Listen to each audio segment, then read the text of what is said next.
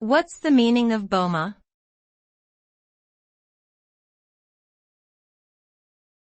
Boma.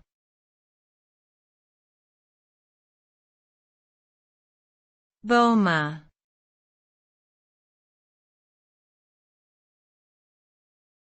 Boma.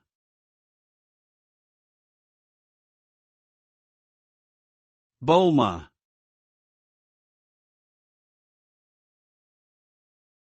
The term boma is commonly used in parts of Africa, particularly in East Africa, to refer to a livestock enclosure or a fortified homestead used for protection against predators and raids from other people.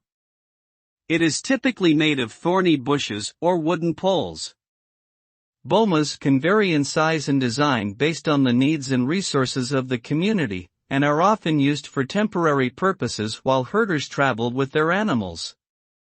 The use of bomas is an important traditional practice for protecting both people and their livestock in areas where these risks are prevalent.